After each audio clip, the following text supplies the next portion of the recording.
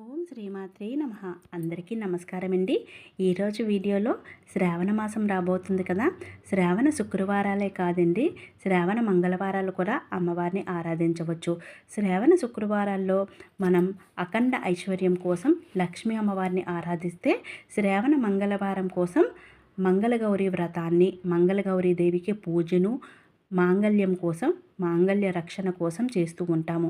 అయితే ఇది ఆనవాయితీ ఉంటుంది చాలామందికి. మంగళగౌరి వ్రతం వాళ్ళ కుటుంబాల్లోని పూర్వీకుల కాడి నుంచి వస్తుంది.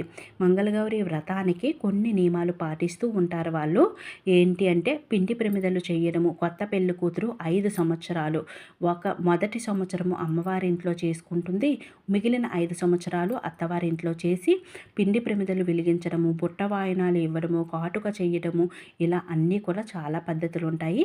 మనమైతే సింపుల్గా ఈరోజు పూజ ఏ విధంగా చేసుకోవాలో చూద్దాము. ముందుగా మంగళగౌరీ దేవికి పూజ చేయడం వల్ల మనకి కలకాలం సుమంగళిగా వర్ధిల్లడమే కాకుండా భర్తతో ఎటువంటి గొడవలు రాకుండా అన్యోన్య దాంపత్యం కోసము ఈ వ్రతాన్ని ఆచరిస్తూ ఉంటారు. అయితే ఈ వ్రతానికి ముందుగా మనం దేవుడి మందిరంలో పీట వేసుకొని కానీ, లేదా దేవుడి మందిరంలో నార్మల్ పూజలాగే చేసుకుంటున్నాము. ఇది వ్రతం కాదు కనుక ఎటువంటి నియమాలు పాటించవలసిన అవసరం లేదు. నిత్య దీపారాధనలా వెలిగించుకోవచ్చు. లేదు అంటే నిత్య దీపారాధన చేసి మళ్ళీ పీట వేసి ఈ విధంగా కూడా పూజ చేసుకోవచ్చు. ఇక్కడ 2 ప్రమిదలు పెట్టుకున్నాను. అదేవిధంగా మనం కామాక్షి దీపాన్ని, ఏ పూజకైనా విఘ్నాలు కలిగించకుండా ఉండాలని విఘ్నేశ్వరుణ్ణి, అదేవిధంగా రాతి గౌరమ్మ సెట్ని, ఇక్కడ గౌరీదేవిని ఆరాధిస్తున్నాము కనుక రాతి గౌరమ్మ సెట్ ఉంటే పెట్టుకోండి. లేదు పెద్ద పెద్ద రుబ్బురోళ్ళు, సన్నికాళ్ళు ఉంటే వాటిని కూడా మంచిగా పసుపుతో అందంగా అలంకరించి బొట్లు పెట్టి పుష్పాలు అవి పెట్టి అక్కడ కూడా పూజ చేసుకోవచ్చు. అమ్మవారికి ఒక చెంబులో పువ్వు వేసి నీళ్లు పెట్టుకోవాలి. అదేవిధంగా ఇక్కడ నాకు గౌరీ దేవిది చిన్న ఫేస్ ఉంటే ఆ ఫేస్ని అందంగా అలంకరించుకున్నాను పుష్పాలవి పెట్టి. ఇక్కడ గౌరమ్మది పసుపు గౌరమ్మని చేసుకున్నాను. పసుపు గౌరమ్మకి బొట్టు పెట్టుకున్నాను. ఇక్కడ మీరు ఇవేవి లేవు అంటే తమలపాకులో చిన్న వినాయకుడిని, చిన్న గౌరమ్మను చేసుకొని బొట్టు పెట్టుకొని పూజ చేసుకోవచ్చు. ఇవన్నీ ఉండాలి అని ఏమీ లేదు. పూజ చేసుకోవాలి అని సంకల్పించుకుంటే ఎలా అయినా చేసుకోవచ్చు. ఇక్కడ ఆవు నేతితో దీపారాధన చేస్తున్నాను. ఈ దీపాలన్నీ ఉండాలంటే ఒక్క దీపంలో 2 ఒత్తులు వేసి వెలిగించినా సరిపోతుంది. ఇక్కడ ఆవు నేతితో దీపారాధన వెలిగిస్తే చాలా మంచిది. అది లేకపోతే నువ్వుల నూనె, అది లేకపోతే కొబ్బరి నూనెతోనైనా సరే వెలిగించుకోవచ్చు. తర్వాత ఉపవాసం ఉండాలా అంటే మనం పూజ అయ్యేంత వరకు ఉపవాసం ఉంటే సరిపోతుంది.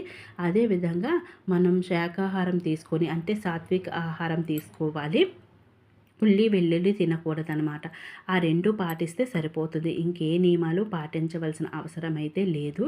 ముందుగా దీపారాధన చేసి దీపలక్ష్మికి పసుపు, కుంకుమ, పూలు, అక్షంతాలు సమర్పించి నమస్కరించుకోవాలి. దీపం పరబ్రహ్మ స్వరూపంగా భావించి నమస్కరించుకోవాలి. ఇక్కడ నేను ముందుగా వినాయకునికి పూజ అయితే చేస్తున్నాను. వినాయకునికి పంచోపచార పూజ అంటే పుష్పము, గంధము, దీపధూప నైవేద్యాలు సమర్పించి స్వామివారి శ్లోకం శుక్లాంబరధరం విష్ణు అది చదువుకుంటే సరిపోతుంది. లేదు అంటే చెయ్యగలము, వీలుంది అంటే షోడశోపచార పూజ చేస్తే ఇంకా మంచిది. స్వామివారికి అన్నీ కూడా సమర్పించి చేసుకోవచ్చు. తప్పకుండా ఈరోజు గరిక సమర్పిస్తే చాలా మంచిది అంటారు. ఎందుకంటే అమ్మవారి పుత్రుడు గణేశుడు, అందుకని గణేశుని కూడా భక్తి శ్రద్ధలతో ఈరోజు ఆరాధిస్తే చాలా మంచిది. అనంతరం మనం ధూపము అన్నీ కూడా స్వామివారికి సమర్పించి నైవేద్యం కింద చిన్న బెల్లం కానీ లేదా పండో పలమో ఏదో ఒకటి పెట్టి స్వామివారికి నివేదించి, అప్పుడు నేనైతే ఈ పరమేశ్వరునికి కూడా ఆరాధించాను. బిల్వపత్రాలు కొన్ని ఉంటే స్వామివారివి 21 నామాలు చదువుకున్నాను. అలా మనం పరమేశ్వరుని తలుచుకొని అప్పుడు గౌరమ్మని ఆరాధిస్తే చాలా మంచిది.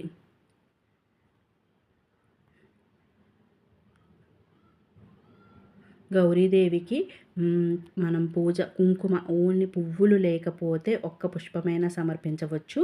తర్వాత ఒక కొంచెం కుంకుమ తీసుకొని కుంకుమతో అర్చించుకోవచ్చు. ఆ కుంకుమను మనం నిత్యం ధరించినట్టయితే చాలా మంచిదనమాట. ఎప్పటికీ కూడా మనం సుమంగలిగా వర్ధిల్లుతాము అమ్మవారి ఆశీర్వాదంతో.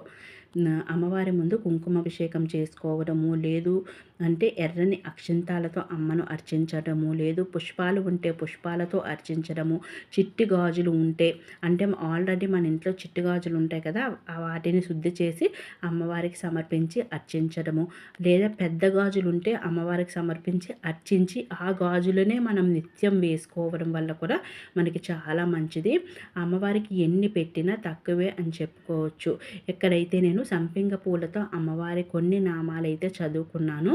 అనంతరము చామంతులు, గులాబీలు ఇలా వివిధ రకాల వాటితోనే అమ్మవారి నామాలైతే అష్టోత్తర శతనామాలైతే చదువుతున్నాను. అయితే అష్టోత్తరం రాని వాళ్ళు ఓం శ్రీ గౌరీదేవ్యై నమః, ఓం శ్రీ గౌరీదేవ్యై నమః అనుకోవచ్చు. లేదా అష్టోత్తరం ఎక్కడి నుంచి వస్తుంది అంటే గూగుల్లో పీడిఎఫ్లో ఉంటుంది, అది తీసుకొని మీరు చదువుకోవచ్చు. మనమే స్వయంగా చదువుకోవాలి. ఆడియో పెట్టుకునే కన్నా మనం చదువుకోవాలి. ఎందుకంటే ఒక్కొక్క నామం చదువుతూ ఉంటే మన మనస్సు పరవశించిపోతుంది. అమ్మవారి నామాలు తలుచుకొని కూడా మనం పూజ చేసుకోవచ్చు. అన్నీ చదవాలని లేదు. 108 సార్లు 108 ఏమైనా పసుపు, కుంకుమ, చిట్టి గాజులు, పుష్పాలు ఇలా వివిధ రకాలతో అమ్మవారిని 108 సార్లు ఓం శ్రీ గౌరీదేవ్యై నమః అనుకొని పూజించుకోవచ్చు. యథాశక్తి మనం అమ్మవారికి భక్తి శ్రద్ధలతో ఆరాధించినట్టయితే అమ్మవారి అనుగ్రహం తప్పకుండా మన పైన ఉంటుంది. ఈరోజు తప్పకుండా మనం పాటించవలసిన దాంట్లో ఇంకొకటి ఉంది. అది ఏంటి అంటే అమ్మవారికి పెట్టిన తాంబూలము ఎవ్వరికి ఇవ్వకూడదు. అమ్మవారికి పెట్టిన పసుపు, కుంకుమది ఉంటుంది కదా, అది మనమే ధరించాలి. ఇంకా అమ్మవారికి అయితే ధూపాన్ని చూపిస్తున్నాను. అనంతరము తాంబూలం ఇస్తున్నాను. తాంబూలము పళ్ళు కూడా పెట్టాను.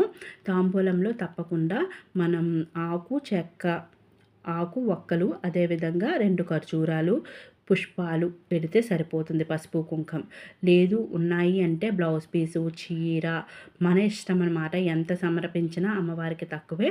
బ్లౌజ్ పీసు, చీర, గోరింటాకు, గాజులు ఇలా పుణ్యస్త్రీకి సంబంధించినవన్నీ కూడా అమ్మవారికి సమర్పించి మనమే తీసుకోవాలి, ఎవ్వరికి ఇవ్వకూడదు.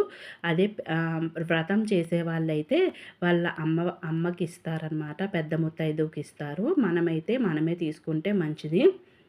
అమ్మవారికి మంగళహారతి కూడా ఇవ్వాలి. మంగళహారతి ఇచ్చి ఇంట్లో అందరూ కూడా మంగళహారతి తీసుకొని అమ్మవారి ఆశీర్వాదం తీసుకోవాలి. అనంతరం మనము అమ్మవారికి మంత్రపుష్పాన్ని సమర్పించి అమ్మవారి కాళ్ళకు, పాదాలకు నమస్కరించుకోవాలి. తరువాత మనం కొన్ని అక్షంతాలు అమ్మవారి దగ్గరవి తీసుకొని మనం భర్తకి కాళ్ళకి దండం పెట్టుకోవాలి. దండం పెట్టి వాళ్ళ ఆశీస్సులు కూడా మనం ఈరోజు తీసుకోవాలి. తీసుకొని మంచిగా ఈరోజు అమ్మవారిని తలుచుకుంటూ ఉండాలి. అమ్మవారి దగ్గర పెట్టిన కుంకాన్ని తీసుకొని పొట్టుగా తిలకంగా ధరించాలి. అదేవిధంగా పుష్పాన్ని తీసుకొని కళ్ళకద్దుకొని పెట్టుకోవాలి. కొంచెం కుంకుమ తీసుకొని మాంగళ్యానికి అంటే మంగళసూత్రాలకు కూడా పెట్టుకోవాలి. ఈ విధంగా అమ్మవారి గౌరీదేవి పూజను సింపుల్గా చేసుకోవచ్చు. ఈ వీడియో ఎలా అనిపించిందో కామెంట్ సెక్షన్లో కామెంట్ చేయండి. మరొక చక్కటి వీడియోతో మళ్ళీ కలుద్దాము. వ్రతం ఆచరించే వాళ్ళకి నియమాలు ఉంటాయి, కానీ ఇక్కడ మనకి ఎటువంటి నియమాలు అయితే ఉండవు. అమ్మవారిని సింపుల్గా మంచిగా పూజ చేసుకోవచ్చు. మరొక మంచి వీడియోతో కలుద్దాము. శ్రీమాత్రే నమః.